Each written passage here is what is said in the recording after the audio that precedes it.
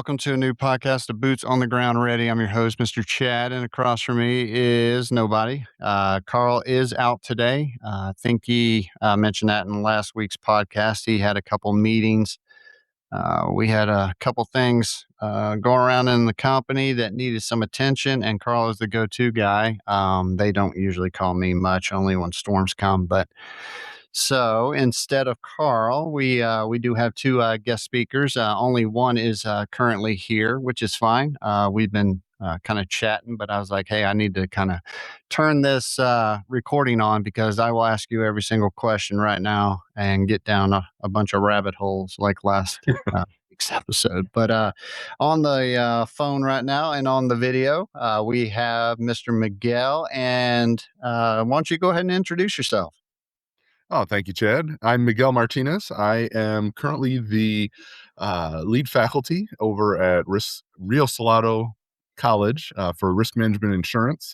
And then I also am a uh, marketing specialist for the Arizona Group, which is a local independent agency here in Mesa, Arizona. Wow, nice. And you, we've talked about this, so I know we're repeating. And you are currently residing where? Mesa, Arizona. So I Mesa. am about 20 minutes east of Phoenix. Oh, Phoenix. Yeah, that's the big one, right? That's the big place, the Oh, big yeah. city.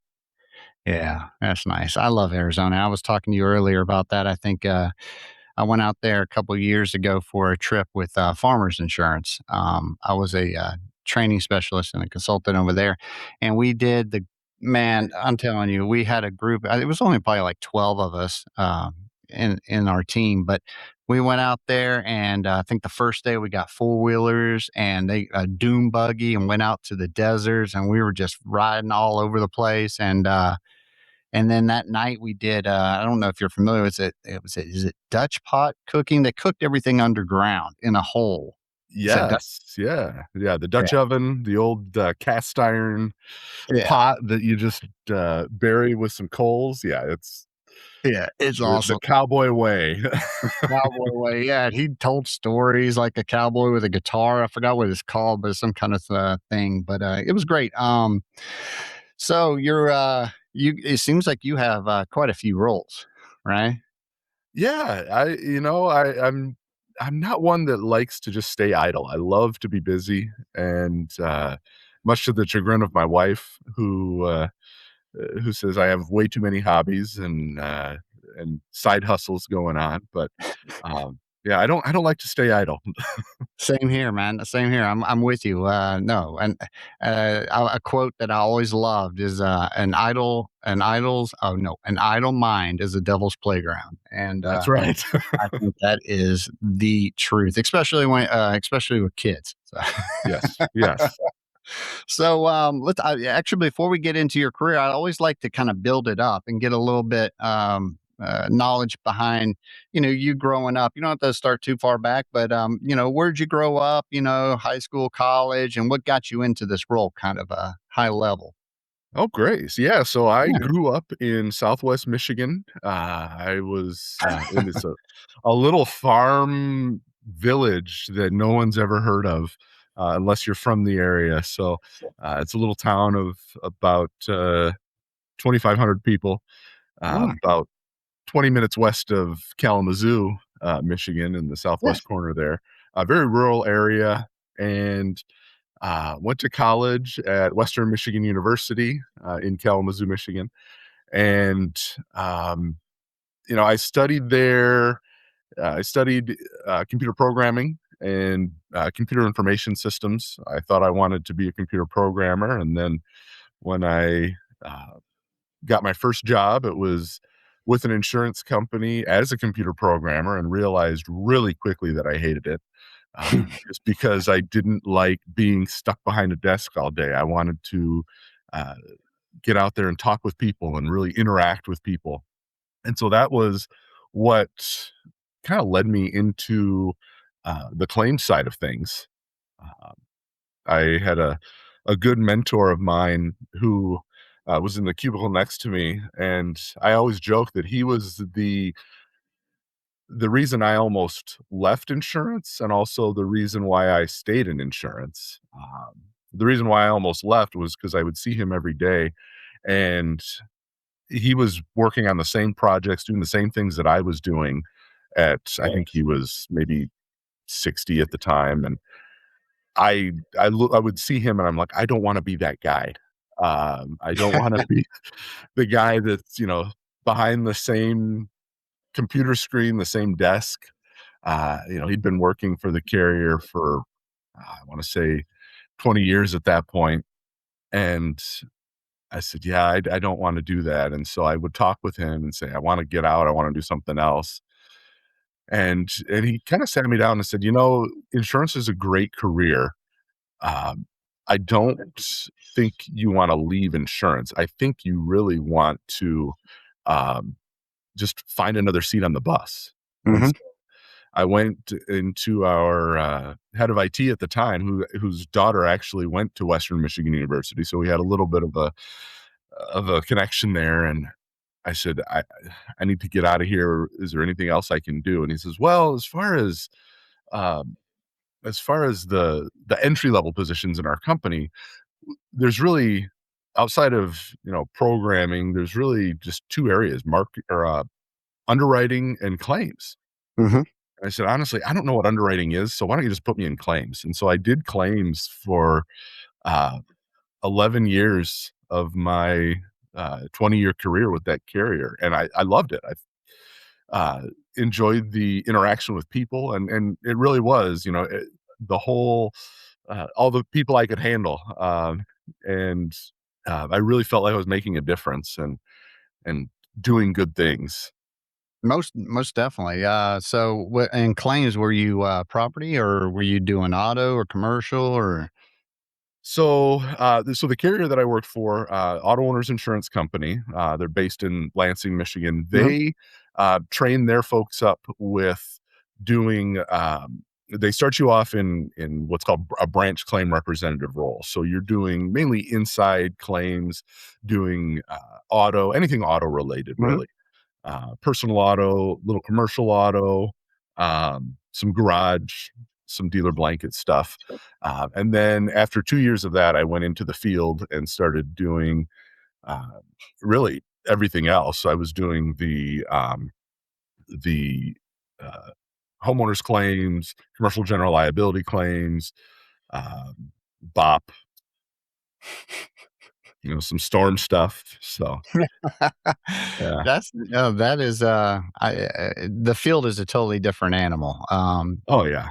Oh, Yeah. you really enjoy, I can see by you smiling, the field was the one, right? The highlight? You know, Is that I I would say it's a toss-up between the field, boots on the ground claims. I really liked being a claim manager as well. Mhm. After being in the field for a while, I went up to our home office, was a, a kind of a commercial general liability specialist there, worked my way up into supervision, and then they decided that they wanted to open up a branch out, or not open up a branch. They had a branch in, Arizona, and the gentleman was retiring, and so they were gonna split it into 2 branches, and, they asked me if I wanted to move to Arizona, and I quickly said, "Absolutely, yeah, get me out of the snow." And so I, packed my wife and my daughter, who was 9 months old at the time, and we moved out to Arizona sight unseen, and I managed that, claims office for 6 years and loved it. It was that I think was nice because I felt like I was kind of starting to give back to the industry. Yeah, yeah, exactly. No, that's cool, and, it's funny because you're talking about Michigan, it's, Kalamazoo, right? Did I say it right? Yeah. Yep. Is that off of, or near, Lake Michigan?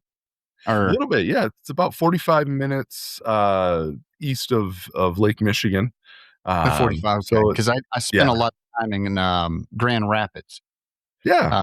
Michigan. Like I said before, I worked with farmers, but, before then, I was under a company before they got bought by farmers. I don't know if you're familiar, Foremost Insurance?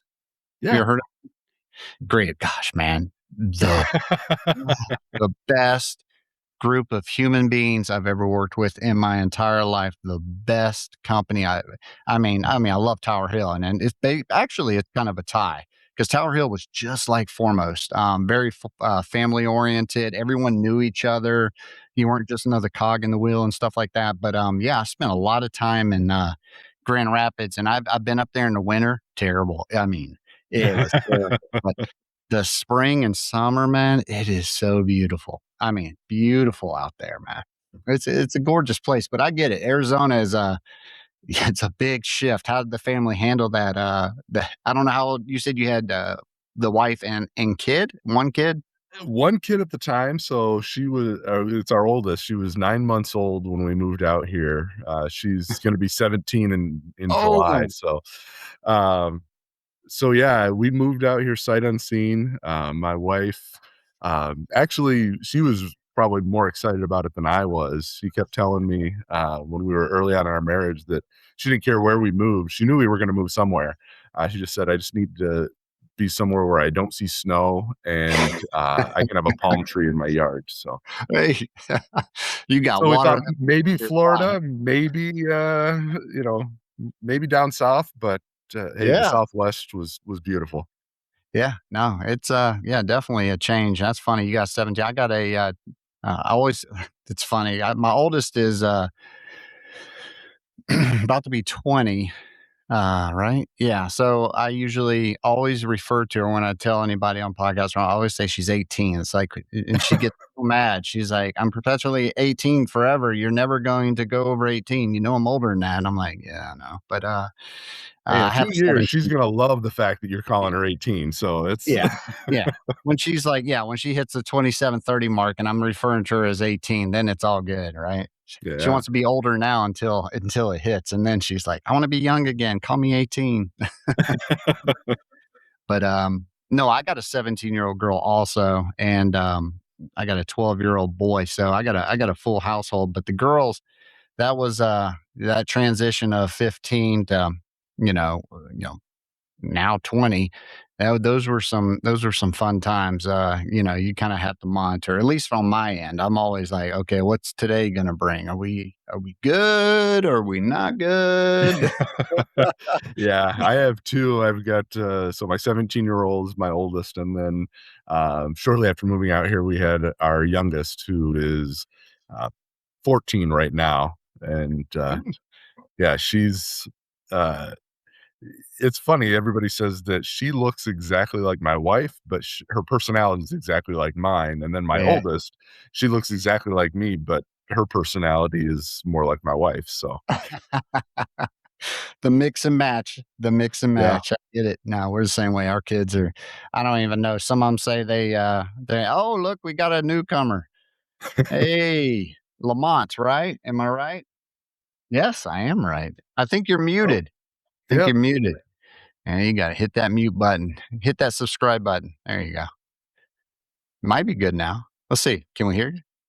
No, still can't hear you. You look great though. You know? Yeah. Yeah, Make I was, sure you, allow the microphone in your browser. I noticed that was one thing I had to do when yeah, I that's logged probably in. it. You gotta love these podcasts. There's a lot of buttons to push for sure. Yes. But no, Miguel, I was gonna ask you another question. So the carrier you went with, and then so you moved to Arizona. You said you did that for what, like 5, 6 years, something like that. You said manage the office.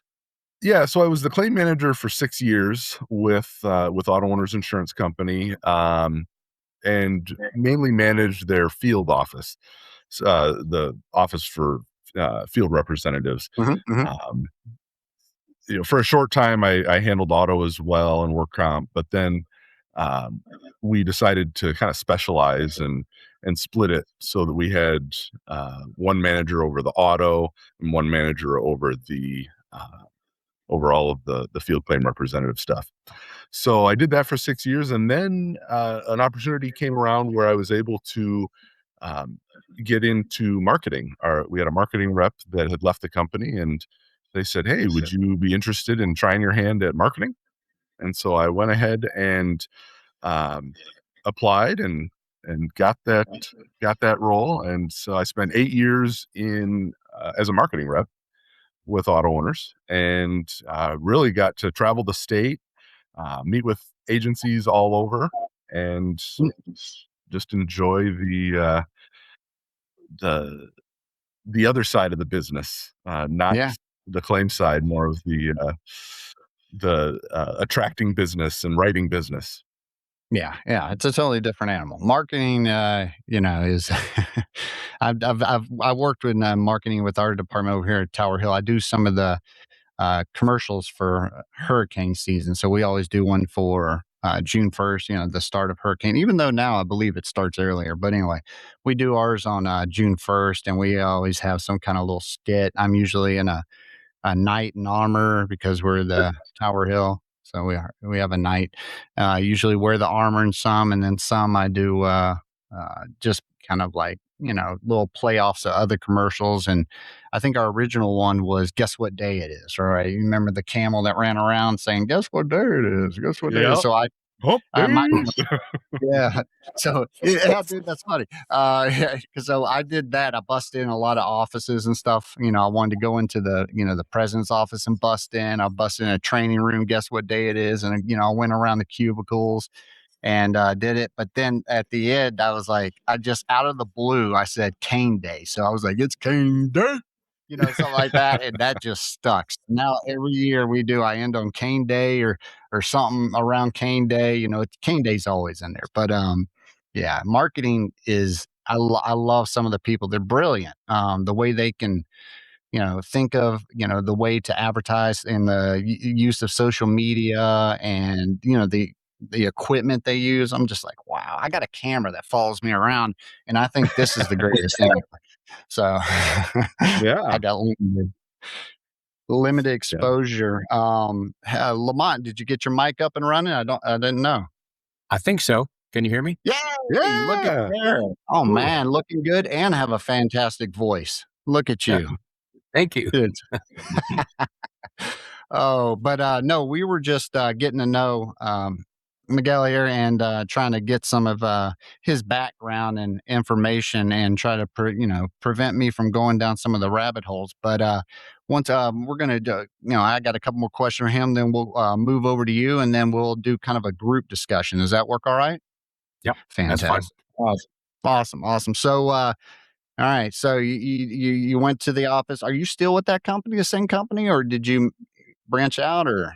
No, so after 20 years, of being on the carrier side, I decided I actually got courted by one of my agents, and they said, "We really would like to bring you over onto the agency side, and help us out." They were interested in my background with training, um, Oof. and, with what I'm doing at Rio Salado College, in kind of the teaching side of insurance, because they had a bunch of producers that they wanted to, bring up and, um, and kinda they called me they wanted the position to be called the mother hen, and I'm like, "I don't really want Hmm. that as my job title, so let's figure something else out." And so I was the, I think training coordination specialist or something like Yeah, that, but that sounds better.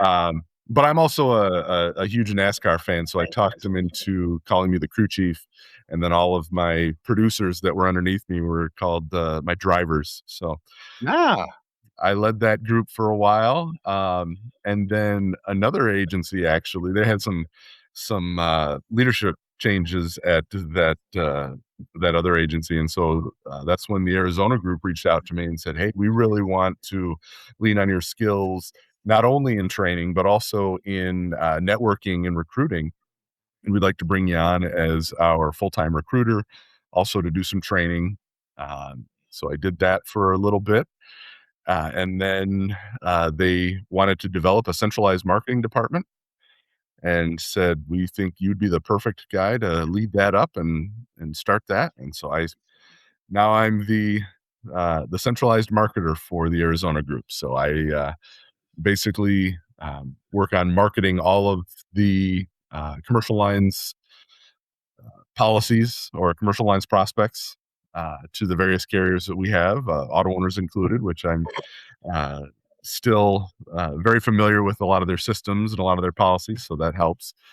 Um, and then I also do a little bit of work at the agency in claims advocacy. So we have a claims advocacy team that helps clients when they have claims. And with my background in claims, they said, "Hey, if you want to help us out when we are short on folks, or when storm season hits and all of a sudden we've got a ton of claims coming in, and we'd love to have you help us out." So that's what I currently do, in addition to some expert witness work on the side, which is actually outside of the agency.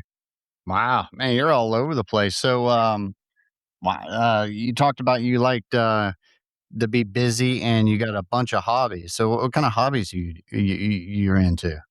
Oh, so NASCAR is one of them. I actually started going to NASCAR races in 2015 because part of my marketing role was to take some agents, and we were sponsoring a car at that time. Auto Owners was sponsoring a car at that time, and so I brought some agents to a race and fell in love with the sport, and so I follow that uh, pretty actively. I also play competitive pinball. Oh, So God. yeah, You I don't hear that. compete. Yeah, I compete in tournaments, both locally and then globally. I've got a digital pinball machine that I do some competitions digitally. Uh, and so, yeah, that's one of my side hobbies. And then I also do some music. I play a little guitar, but also mainly sing in our church worship team. Oh, wow, man, you are a man of many hats and of many talents. That's pretty cool. So you do pin. I just never heard that before, and that is so cool. Pinball competition. Do you have a nickname? Or you like, I don't know, JJ Eight Ball or something like that? Or I'm the guy everybody's that got likes to ruin everybody's day, apparently. I'll show up and, you know, I'm never one that is, at the top of the leaderboards, but will always be that quiet upset that people, um, they're like, "Yeah, you're not gonna see him win in a pinball tournament, but you don't wanna count him out either." So, I've knocked out a few first place competitors, and oh, ruined their days, so that's you're the sleeper cell. The yes. sleeper cell. There you go. There's your nickname. You'll be the sleeper cell. That's right. Yep. Well, that's cool, man. That's really cool. And I'm gonna probably have some follow up questions for you, but I know we got Lamont on the call here. Looks like his mic's up and run. But Lamont, did you want to introduce yourself? Sure. I'm Lamont Boyd. I was with the industry for 48 years before retiring 3 years ago. I'm the chair of the Northern Arizona University Risk Management and Insurance Advisory Council, of which Miguel is a member. You Well, we're learning some also, new things about Miguel too on this call? Yeah, are oh, you? yes. Yeah, of course. So, Miguel and I both are also part of the Arizona CPCU chapter. We're both past presidents. We've been involved in this society for quite some time. I actually been involved with the society since 1990, and I'm on the leadership. I'm with the leadership group at the national level as well. Oh, wow, nice. And just to get a little background, like I told Miguel here to start out, is kind of get some. I always like to learn about the background of your, where you grew up, where you went to college, and then what kind of, you know, kind of promoted you up into your current role. But if you want to give us a little background about yourself. Sure, I'd be happy to. I grew up in Northern California. I went to school at the University of the Pacific for a couple of years, and then finished my collegiate career at San Jose State University, and then immediately went into the industry in 1874 with Fireman's Fund Insurance Company. I was with Fireman's Fund for almost 20 years in a variety of different roles, from underwriting, commercial, personal, excess and special risk underwriting, to marketing, to sales management. I eventually became the youngest branch sales manager at Fireman's Fund in Utah for Salt Lake City, Montana, Wyoming, Utah, and a little bit of Nevada. I don't know why. Um, And it was a lot of fun. I was then brought back to the home office to help them develop a brand new system for personal lines underwriting. Um, Managed to find my way into a role of product management at that point. I spent a good deal of time in that before a company called Fair Isaac came along and found me in 1993. And they said, we really are looking for somebody to run our insurance organization because we want to enter the insurance world a little more fully than we have in the past. And I said, well, give me your job description and I'd be happy to see what I can find if there's anybody that I know. I took that home, and the very first item on that job description list was, we want someone who's actively involved in the CPCU Society, which I think is just fantastic. They did that way. I then read all the other rest of the description to my wife, and she said, Lamont, I think that's you that they want. And I said, well, okay. I then went back for a series of interviews, ended up getting the job, and spent the last 28 years running their insurance scoring division. Nice. Man, oh gosh. So you when you join a company or position, you stick around quite a bit. I mean, you sound like 20 years and 20 years.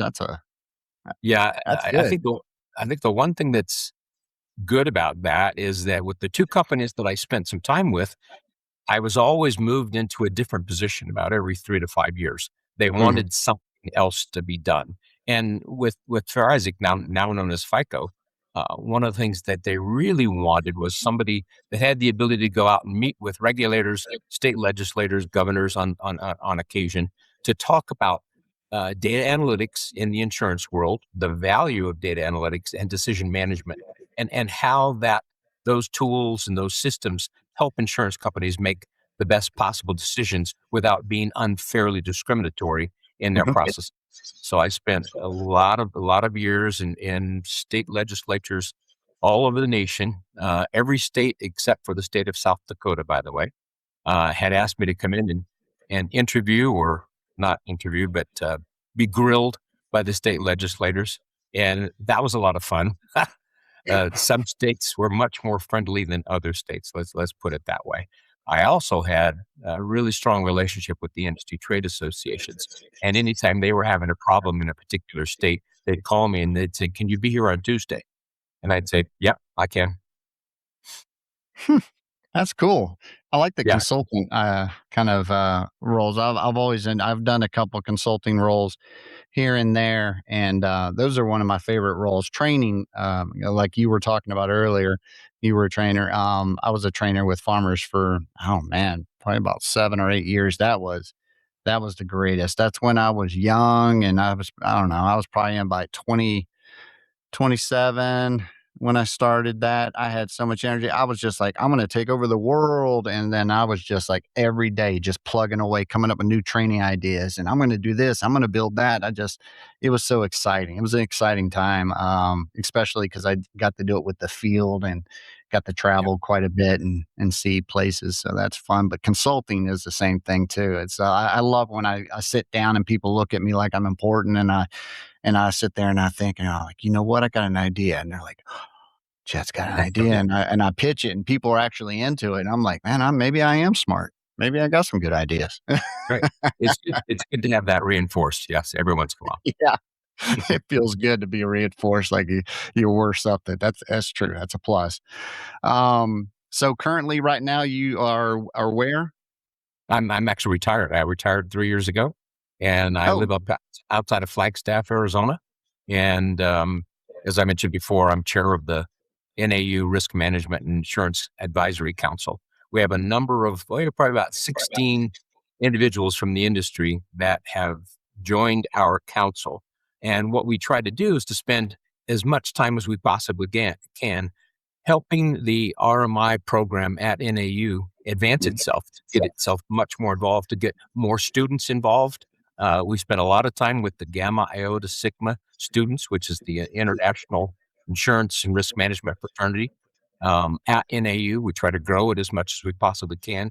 We have the opportunity to take these students to various places for visits with industry, including the Arizona group, which Miguel was part of just a couple of months ago. We bring 5 or 6 GIS students to each one of these events in the hope that they get a very good idea of what it is that we do in the industry so that they can decide whether or not I want to move into claims, I want to move into underwriting, I want to move into marketing, I want to move into the agency side. So we give them as much experiential exposure as we possibly can. And fortunately, we have a professor at NAU who is very active in this and wants very much to grow the program. Man, it sounds to me like that don't sound like retirement, at least envision mine. My wife Fishing. asked the same question, Chad. No, Yeah, I that's think good though. Lamont spends more time in the insurance industry now than he probably did when he was actually getting paid for it. So, between his work in the CPCU Society, I mean, he's at almost every single CPCU Society event, uh, which honestly is really impressive. I know it's kind of tough to sort of picture, but Lamont's up in, the Flagstaff area, which is about 2.5 hours of mountainous driving to get down to the Phoenix Valley, and he's at every single one of our events, supporting supporting us, and really is a great ambassador for the industry. Thanks, Miguel. I've even been to one of the pinball tournaments the Arizona chapter put on, but Miguel, made me look really bad. So, The sleeper cell got you, huh? That's right. Yes, my wife was really into it. She enjoyed it. Yeah, that's awesome. Yeah, my father not recently. It's probably been about, I don't know, 6 or 7 years, but he retired also.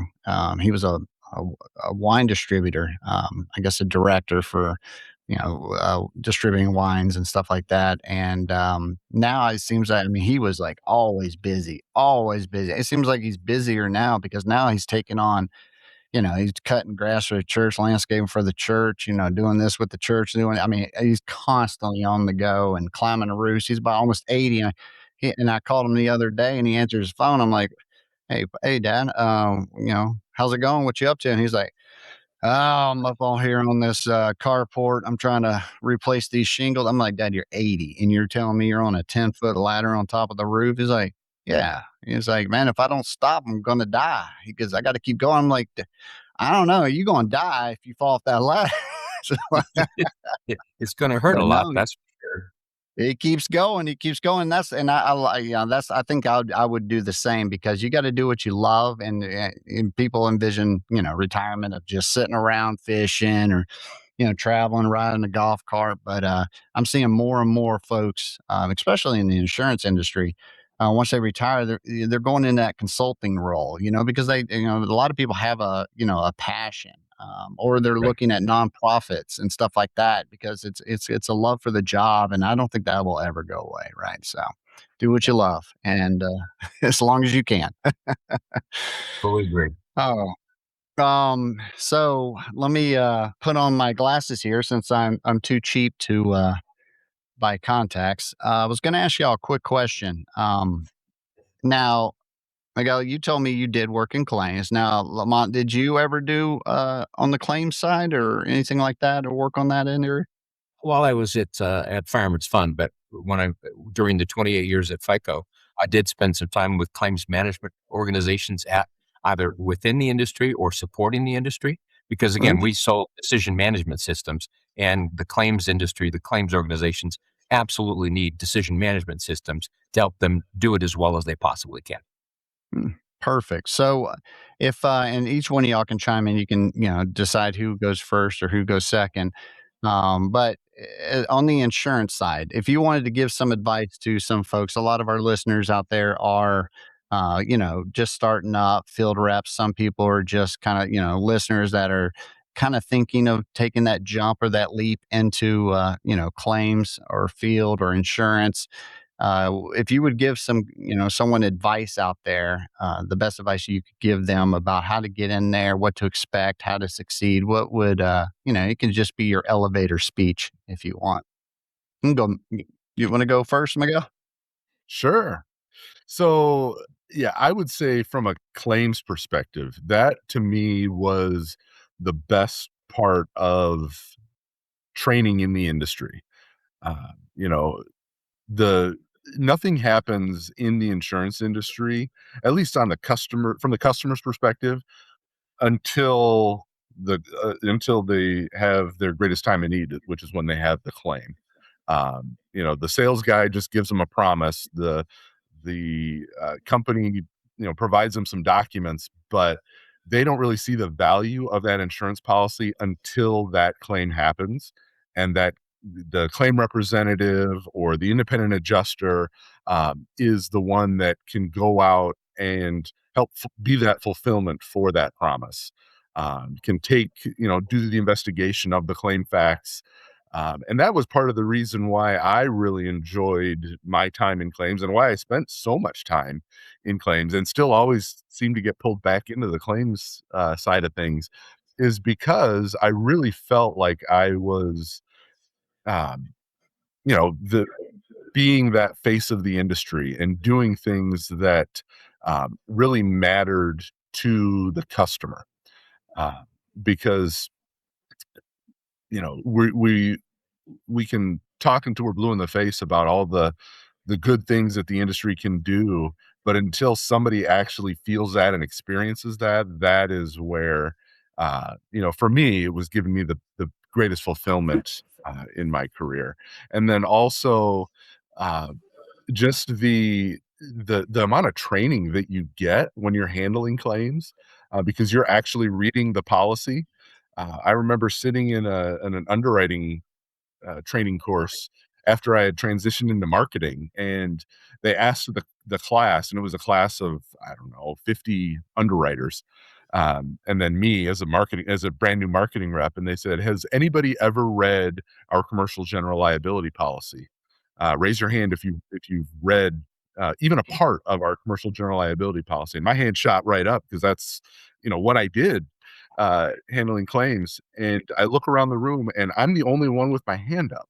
And eh, they had read, appetite guides, and they had read, notes on what the policy, you know, covers, some highlights of what the policy covers, but they never really had dug into the actual policy language and then applied it to the facts of the loss. And so having that experience as a claims professional is probably the best training that you can have in the insurance industry. And it really gives you that, fulfillment of that promise that the insurance company has. Hmm. Nice, Yeah, nice, perfect, perfect, nice. What about you, Lamont? I fully agree with Miguel. I think that the vast majority of policyholders that make a decision that they want to renew with the same insurance company they've been with previously are based on past claims experiences. Hopefully, they haven't had any claims experiences, but if they have, that's a huge decision.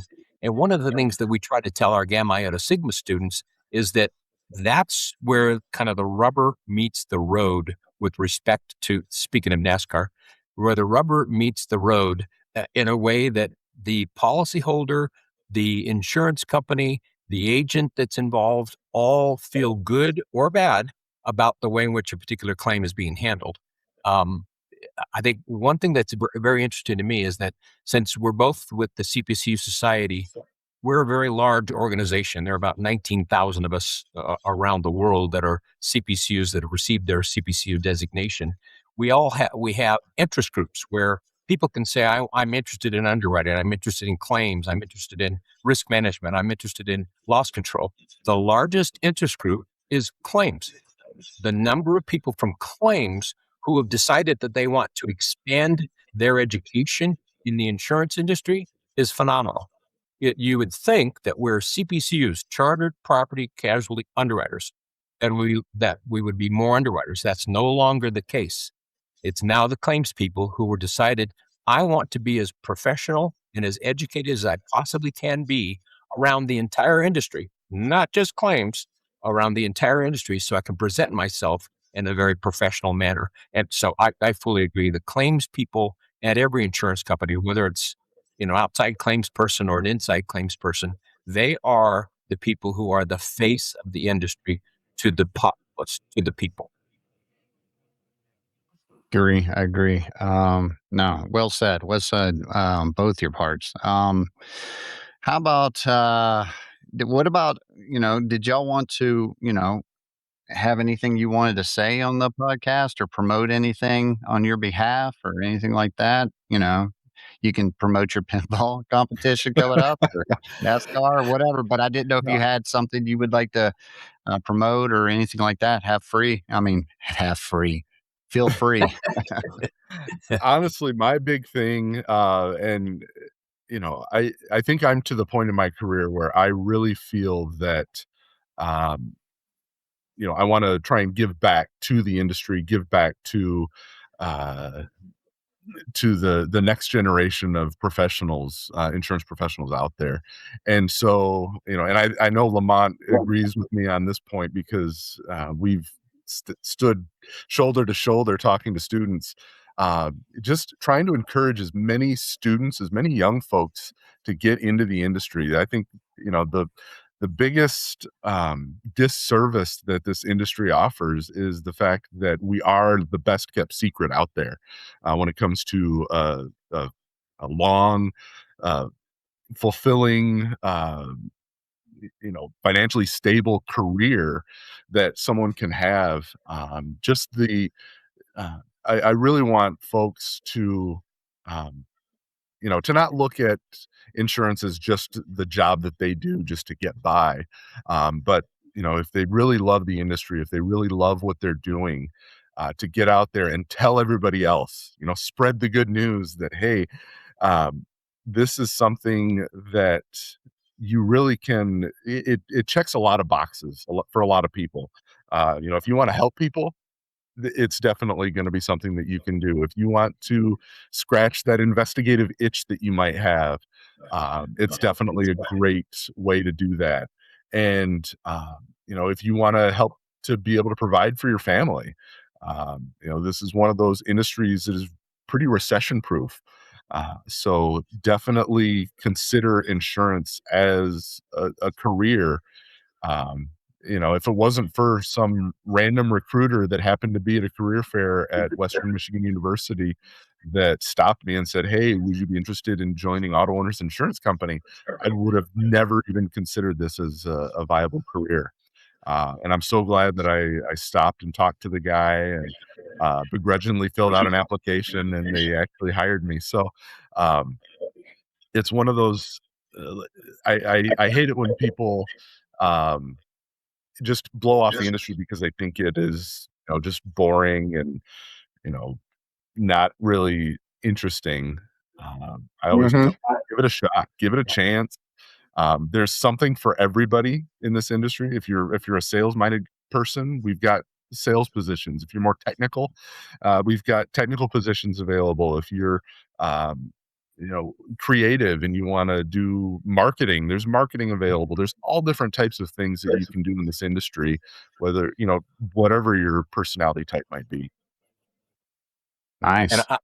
I fully agree with Miguel. I think that one of our responsibilities as being people in the industry right now is to spread that word as much as we possibly can. That's about 16 years ago, the president of the CPC Society, because he knew I was involved in student engagement even prior to that, he asked me to create the student program for the CPC Society. And I said, what's my budget? And he said, well, create it and then we'll figure out how to pay for it. And that's exactly what we did. And every year since then, at our annual meeting, which is now called Inter-Risk, we have anywhere from 25 to 30 students, primarily from risk management and insurance programs, but also from business management, from marketing, from economics, across the board, who fill out applications to be given the opportunity to come to our annual meeting. So every year since we created this program, we've had 25 to 30 students who have come to this, and they've met their future employers. They've met with other people. They've met with their other students from other organizations or schools around the nation, and it's been absolutely a very, very positive operation for all of us. I think that one of the issues that we have, and Miguel said this well, we're not a very well-known organization in terms of the insurance industry. We're known only to students because their parents pay the premiums to pay for their automobile insurance or their homeowner insurance, and that's about all they know. Or they hear their parents complain about the fact that they're paying too much for this or that. And so it becomes a very bad situation from an individual student's perspective. But once we're able to convince those students that, just as Miguel said, this is a very financially stable organization, we are doing very good work for all consumers throughout the world, not just in the nation, but throughout the world, in a way that helps them continue their lives, their livelihoods, their businesses, their operations as effectively as they possibly can without worrying about whether they're going to go under when the next fire occurs or when the next accident occurs. That's what the industry is all about. So Miguel and I do both try our best to help those students who have not yet decided what they want to do with their careers. Oh, this would be a surprise. Most students in college have no idea what they're going to do when they get out of college. They have no idea. So what we try to do is to kind of mold their mind in a way that makes sense. And as a result, the Gamma Iota Sigma fraternity nationally has over 100 chapters throughout the nation at various universities and colleges. And they've done a very, very good job of promoting risk management and insurance all over the nation, including in certain cities outside of the nation. I had the opportunity to speak to an RMI class in Beijing many years ago, to another one in Moscow many years ago, another one in Mexico City.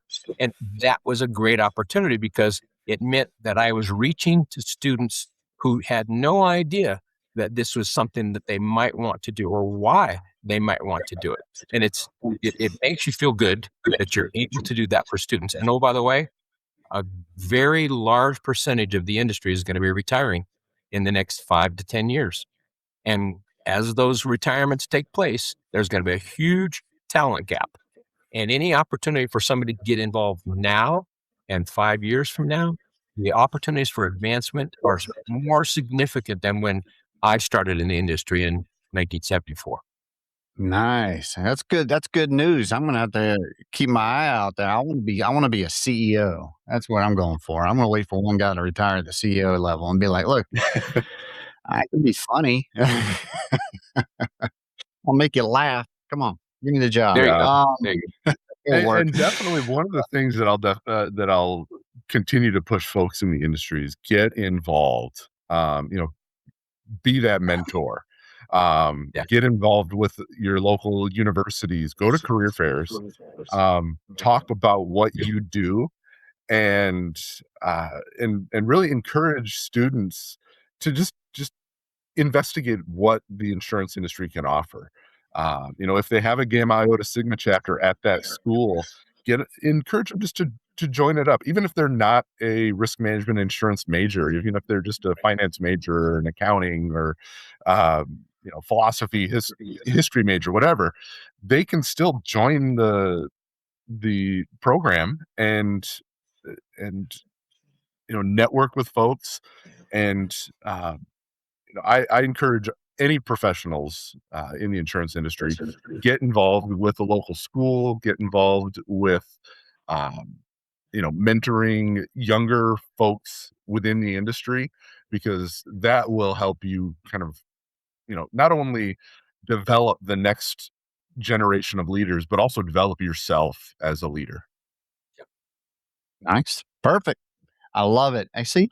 And I told you, I think one day, I don't know who sent an email about agendas, but before you got on, I was talking to Miguel there, and I was telling him, I was like, look, it might be kind of weird thing to do, but I try not to do a lot of research on the people that we have as guest speakers, because I find when I do research, I'm asking kind of more closed-ended questions. When I don't know, I'm all in, and then sometimes it goes rabbit hole, but I feel more involved and more inquisitive at the time. So I feel like I've got to learn quite a bit about both of you. I feel like we're all a lot closer. I think honestly, I think we're friends now. So I think so too, Chad.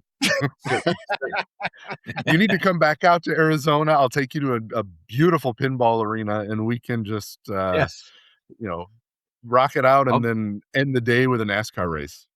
and Oh, we'll do some hiking up in the mountains in Flagstaff. I love it, and some Dutch oven cooking. We gotta do that thing Yes, again. I gotta find that. absolutely.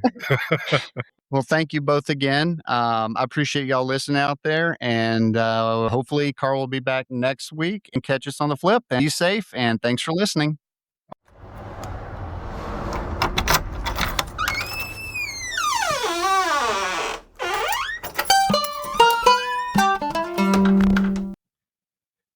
Today's episode is brought to you by Bluegrass Insurance Management.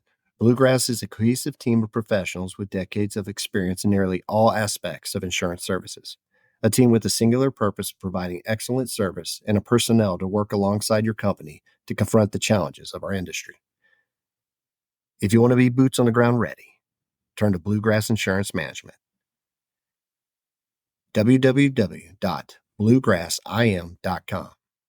You can also find them on Facebook and LinkedIn under Bluegrass Insurance Management, or on X, aka Twitter, at BluegrassIM. Bluegrass, boots on the ground ready.